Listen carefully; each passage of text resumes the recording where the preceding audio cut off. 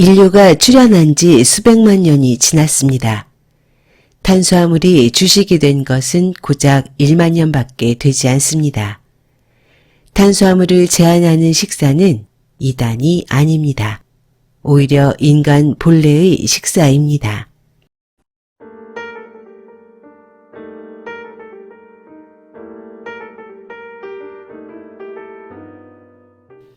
건강한 지식을 함께하는 세이버스입니다.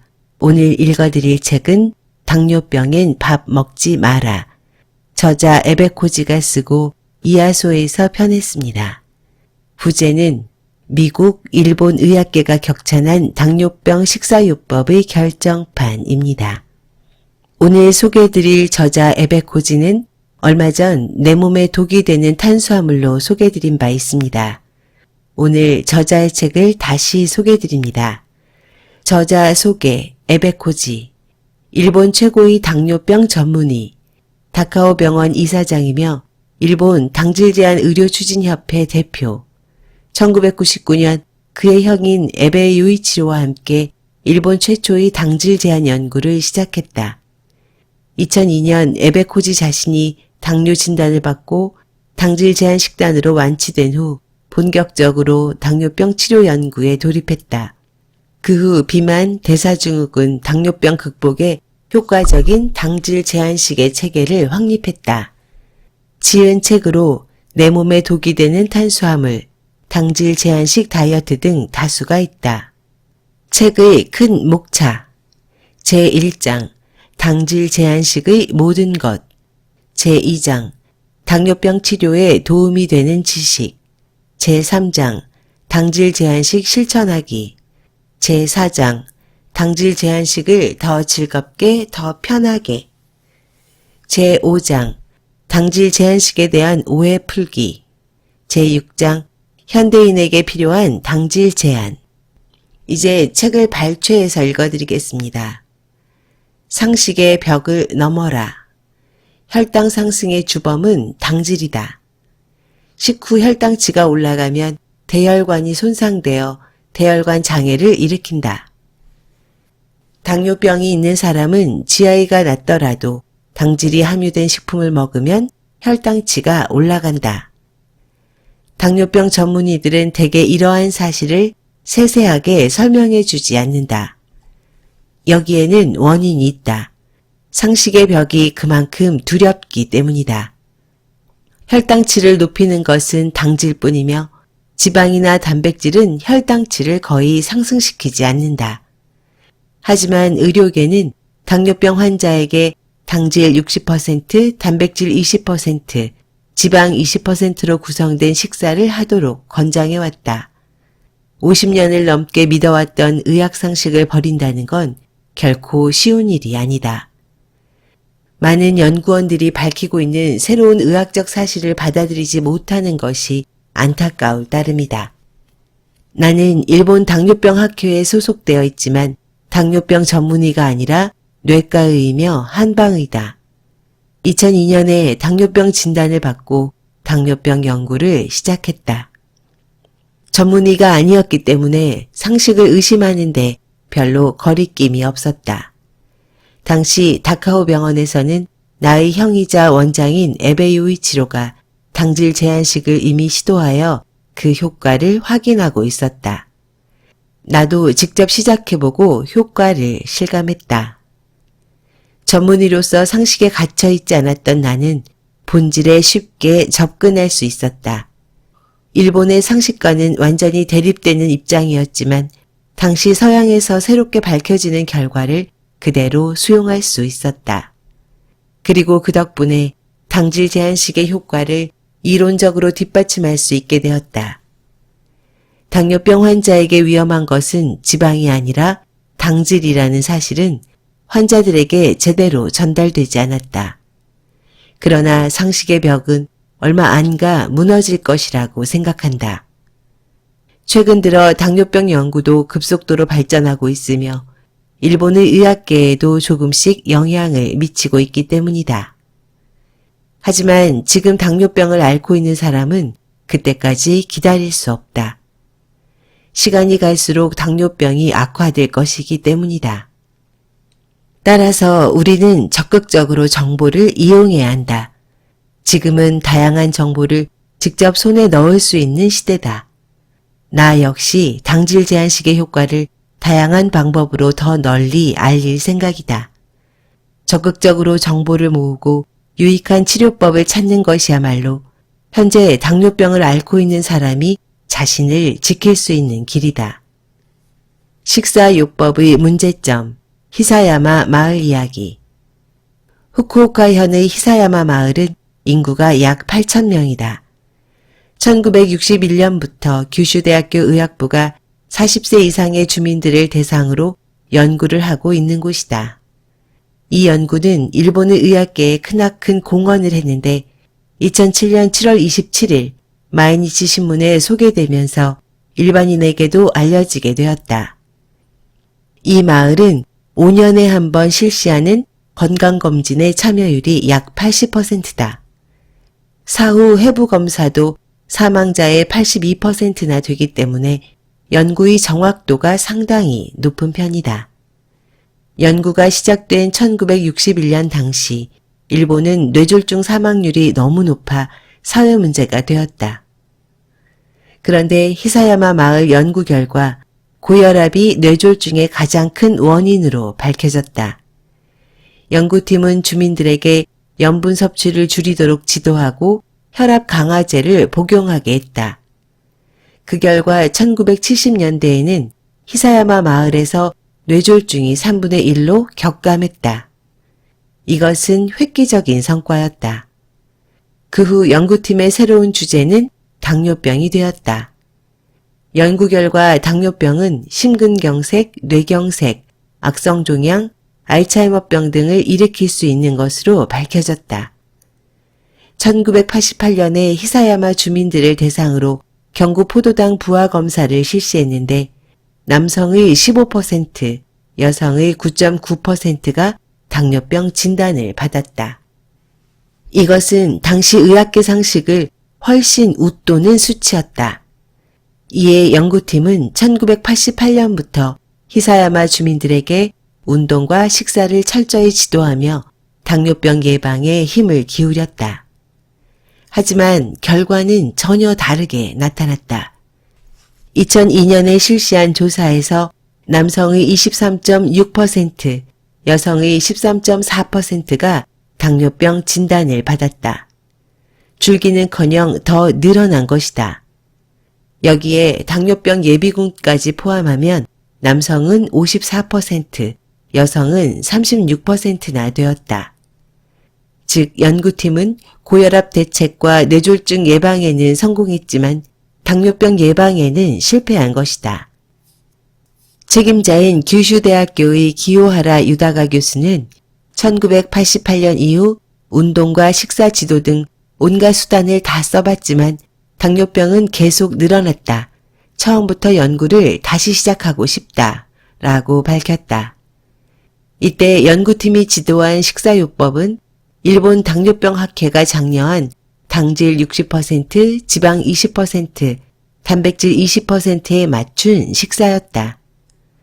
운동이 당뇨의 원인이라고 볼 수는 없으므로 문제는 식사라는 결론이 나온다.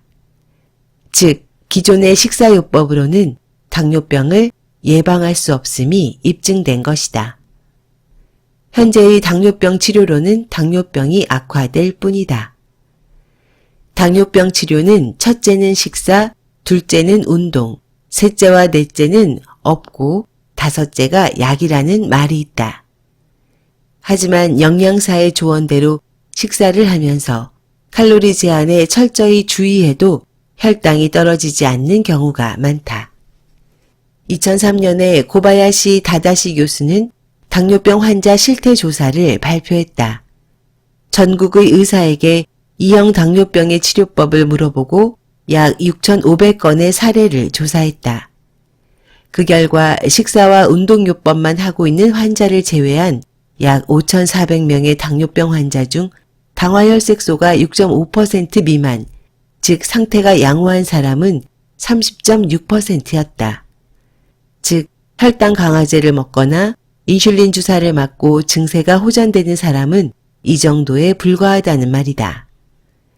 약 종류가 늘어나거나 발병 기간이 오래될수록 약물요법의 효과는 잘 나타나지 않았다. 이러한 결과가 나타난 것은 의사나 영양사의 지도를 제대로 따르지 않은 환자에게 책임이 있을까? 나는 그렇게 생각하지 않는다. 당뇨병 환자로서 말하건대 의사가 지도한 대로 성실히 따른다 해도 당뇨병은 악화될 확률이 높다. 치료법이 잘못되었기 때문이다. 물론 기존의 치료법 가운데 운동요법은 좋다고 생각한다. 그러나 식사요법에는 근본적인 문제가 있고 약물요법도 상당히 많은 문제를 안고 있다. 현재 행해지고 있는 당뇨병 치료의 문제점에 대해 살펴보자. 내복약의 문제점. 당뇨병 치료에 쓰이는 내복약에는 설폰요소제, 비구아나이드제, 글루코시다제 억제제 등이 있다. 이 중에서도 아마릴이나 글루콘 등의 설폰요소제가 가장 많이 사용된다. 이러한 약제는 인슐린을 합성하는 췌장의 베타세포에 작용해서 인슐린의 분비를 촉진한다. 당뇨병은 인슐린이 제 기능을 하지 못하는 질환으로 인슐린이 적게 분비되거나 인슐린 저항성, 즉 인슐린이 충분히 있어도 포도당을 세포로 운반하는 기능을 못하기 때문에 발생한다. 서양인은 인슐린 저항성이 원인인 경우가 많지만 동양인은 인슐린의 분비 부족이 원인인 경우가 많다. 따라서 설폰요소제를 복용하면 인슐린이 적게 분비되는 사람은 혈당치가 개선된다. 하지만 당뇨병이 있는 사람은 오랜 시간에 걸쳐 췌장을 혹사시킨 결과 인슐린이 적게 분비되는 것이므로 췌장은 이미 과로 상태다. 쉬게 해줘도 모자랄 판에 채찍질을 하듯 췌장에 더욱 부담을 주는 것이 이러한 약들이다. 하지만 억지로 밀어붙이는 일은 오래가지 않는 법이다. 설폰요소제는 처음에는 효과적이지만 장기간 복용하면 효과가 점점 떨어져 결국 전혀 듣지 않을 수도 있다. 의사의 지시대로 칼로리를 제한하는 당뇨병식을 따르고 운동도 열심히 하는데 혈당 조절은 점점 힘들어진다. 설폰요소제의 양도 한 알에서 두 알, 세 알로 늘어나게 된다. 칼로리를 제한하는 당뇨병식은 당질을 많이 섭취하므로 식후 고혈당이 일어나 췌장에 부담을 준다. 설폰요소제로 췌장이 더욱 약해지는 악순환이 계속되기 때문이다. 설폰요소제는 일시적인 효과에 지나지 않으며 이후에는 더 나쁜 상황이 기다리고 있다. 또 다른 내복약으로 비구아나이드제가 있다. 비구아나이드제 중 메트포르민은 유산혈증이라는 부작용 때문에 한때는 거의 사용되지 않았다. 그러나 최근에는 유산혈증 부작용이 적은 염산 메트폴민이 재인식되고 있다. 염산 메트폴민을 처방한 결과 비만 증상이 있는 2형 당뇨병 환자의 사망률이 감소했다는 결과가 나왔기 때문이다. 비구아나이드제는 췌장에 직접 작용하는 것이 아니라 간에서 일어나는 당신생을 억제하고 말초 조직에서 인슐린의 작용을 돕는다. 즉 설폰요소제처럼 췌장을 혹사시키지 않는다. 또한 단독으로 사용할 경우 저혈당을 일으킬 위험이 거의 없다. 하지만 비구아나이드제는 부작용이 적은 대신 효과가 미미하다. 일본인의 하루 사용량이 미국이나 유럽의 절반에 불과하기 때문일 것이다. 또한 간이나 신장에 장애가 있는 사람은 비구아나이드제를 사용하면 유산혈증이 일어날 수 있기 때문에 각별히 주의해야 한다. 심폐기능에 장애가 있는 사람이나 고령자도 신장의 잔여 기능이 떨어질 수 있으므로 신중하게 복용하도록 한다. 알파 글루코시다제 억제제도 당뇨병 치료에 쓰이는 내복약이다. 녹말 같은 다당류는 알파 글루코시다제라는 소화효소의 작용으로 포도당 등의 단당류로 분해되어 체내로 흡수된다. 알파 글루코시다제 억제제는 이 효소의 작용을 막는 약의 총칭이다. 이 약도 췌장에 영향을 미치지 않는다는 장점이 있지만 식후 고혈당을 억제하는 효과는 그렇게 크지 않다. 그리고 다당류의 분해를 늦추는 작용을 하므로 장에 당류가 남아 배에 가스가 차거나 설사를 하는 등 부작용이 생기기 쉽다. 알파 글루코시다제 억제제에는 글루코베이와 베이슨 등이 있는데 글루코베이가 베이슨보다 효과가 좀 더 있는 만큼 부작용도 쉽게 나타난다. 이외에도 인슐린 저항성 개선제가 있는데 일본에서는 액토스라는 약이 시판되고 있다. 이것은 인슐린의 저항성을 개선하는 약으로 췌장에는 작용하지 않는다. 비만이나 대사증후군이 많고 기본적으로 인슐린 저항성이 있는 당뇨병 환자에게는 효과가 뛰어나다. 하지만 몸속의 수분을 쉽게 축적하므로 신부전증이 있는 환자는 사용할 수 없고 몸이 붓거나 체중이 증가한다는 단점이 있다. 드물지만 간 기능 장애나 빈혈을 일으키기도 한다. 이처럼 당뇨병 치료에 쓰이는 내복약은 정도의 차이는 있지만 모두 문제를 안고 있다. 그 중에서도 가장 많이 쓰이는 설폰요소제는 췌장에 큰 부담을 주기 때문에 당뇨병을 치료하는 데 근본적인 문제가 있다고 하겠다. 하지만 당질 제한식을 따른다면 이러한 약에 의지하지 않아도 식후 고혈당을 피할 수 있다. 내복약은 전혀 필요 없다. 당질 제한은 인간 본래의 식사. 인간의 식생활 역사를 돌이켜볼 때 당질 제한식은 당질을 주식으로 하는 현대인의 식사보다 인간 본래의 식사에 가깝다. 인류가 출현한 지 400만 년이 지났지만 당질을 주식으로 하게 된 것은 고작 1만 년밖에 되지 않는다. 지금처럼 곡물을 주식으로 먹기 시작한 것은 기원전 8천년부터이다.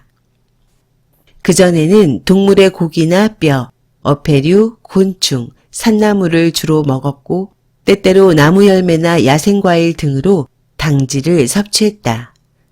이러한 식생활을 몇백만 년이나 계속해온 인류에게 당질을 적게 섭취하는 식사는 이단이 아니라 오히려 본연의 식사였다.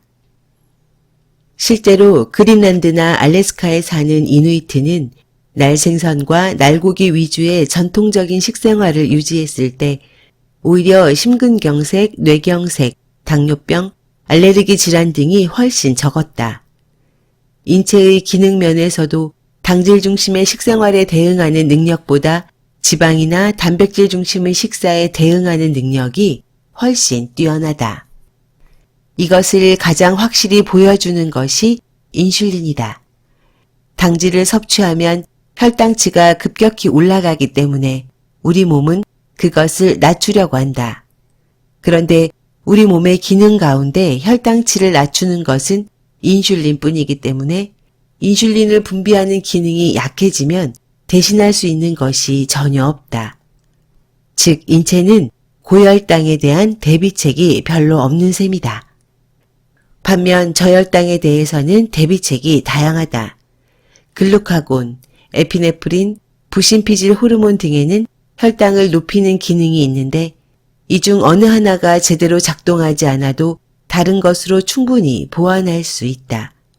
따라서 당질을 섭취하지 않아도 저혈당이 되지 않고 물만 있으면 지방을 에너지원으로 한두 달은 살아갈 수 있다.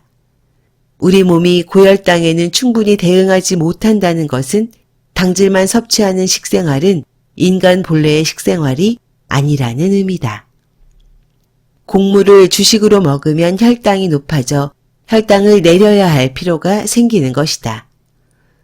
어쩌면 우리 인간은 당질이 아니라 지방이나 단백질을 먹고 살아가도록 만들어진 게 아닐까?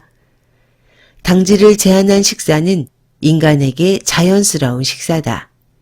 따라서 건강을 유지하는 데도 도움이 된다. 하지만 그렇다고 당질 제한식이 인류에게 최상의 식사라는 말은 아니다. 곡물에는 이와는 다른 중요한 이점이 있기 때문이다. 인류를 지탱하는 곡물. 당질 제한식이 인간 본래의 식사이고 건강에도 좋다고 하지만 모두가 이 식사법을 실행할 수는 없다. 그렇게 했다가는 먹을 것이 절대적으로 부족해질 것이다. 농경사회가 시작될 때까지 인구는 지금까지 비교도 안 될 정도로 적었다. 즉 농사를 짓게 되면서 많은 사람들이 먹고 살 수 있게 되었고 그 결과 인구도 폭발적으로 늘어났다. 현재 인류는 70억을 넘어섰다. 따라서 경우에 따라 식생활을 분리할 필요가 있다. 우선 당뇨병이 아닌 사람은 현미 채식에 생선이나 적당한 양의 육류가 포함된 식사로도 충분히 건강을 유지할 수 있다. 당질 중심의 식생활로 인해 생활습관병이 늘어난 것은 사실이지만 이것은 어디까지나 정제된 탄수화물을 많이 먹고 운동을 적게 하기 때문이다. 일본이나 한국은 수십 년 전까지만 해도 일상생활 자체가 주로 몸을 움직이는 것이었고 현미나 잡곡 위주로 곡물을 섭취했다. 채소와 생선을 즐겨 먹었다. 이런 식사를 계속했다면 생활습관병도 이 정도까지 늘어나지는 않았을 것이다. 단 2~3살 된 어린아이는 이도 다 나지 않고 소화 기능도 미숙하기 때문에 현미를 먹이지 않는 게 좋다. 흰쌀을 먹고 대신 채소와 생선으로 식이섬유나 비타민, 미네랄 등을 충분히 섭취하도록 한다. 한편 당뇨병이 있는 사람은 지금까지 설명한 대로 당질 제한식이 필요하다. 당질만 제한하면 건강한 사람과 다름없는 생활을 할 수 있다. 물론 당뇨병이 아닌 사람도 당질 제한식을 하는 것이 건강을 유지하는 데 훨씬 도움이 된다. 당질과 운동, 피마인디언. 인간이 곡물을 재배하게 되면서 인구는 비약적으로 늘어났다. 오늘날 70억이 넘는 인류의 삶을 지탱하려면 곡물 없이는 불가능하다. 하지만 현재의 생활 패턴은 당질 중심의 식생활과 맞지 않는 부분이 있다는 점도 주목해야 한다. 그 문제점 가운데 하나가 바로 운동이다. 미국의 애리조나에는 피마인디언이 살고 있다. 그들은 전통적으로 옥수수나 밀 등을 재배해 왔는데 옛날에는 비만이나 당뇨병은 찾아볼 수 없었다. 그런데 원주민 보호구역으로 지정되어 정부로부터 일체의 생활을 지원받게 되면서 원주민의 50%가 당뇨병 환자이고 성인의 90%가 고도비만이 되었다. 이것은 라이프 스타일의 변화 때문이다. 그들은 원래 엄청난 노동량을 소화해내던 사람들이었다. 곡식을 경작하고 수확하던 그들이 지금은 농경 생활을 그만두고 미국인과 똑같은 생활을 하고 있다. 햄버거와 감자튀김을 먹고 운동량은 10분의 1로 줄었다. 당질 중심의 식생활을 하더라도 운동량이 많으면 살이 찌거나 당뇨병에 걸릴 위험이 낮다. 실제로 멕시코에 살고 있는 피마 인디언들은 현재도 전통적인 생활 양식을 이어가고 있기 때문에 당뇨병이나 비만이 거의 없다. 피마 인디언은 오랜 역사 속에서 기아의 위기를 수도 없이 넘겨온 사람들이다. 그 결과 그들은 적은 음식물로도 생명을 오래 유지할 수 있는 유전적 요소를 가지게 되었다. 1995년에 발견된 이 검약 유전자는 베타 아드레날린 수용체라는 물질에 관여하는 유전자에 변이가 생긴 것이다. 이 때문에 이들은 같은 칼로리를 섭취해도 기초 대사량이 낮아 아주 적은 양의 에너지로도 생존할 수 있게 되었다. 그런데 현대 문명이 그들의 라이프 스타일을 바꾸어 놓으면서 그들의 생존을 도왔던 검약 유전자는 할 일이 없어졌다.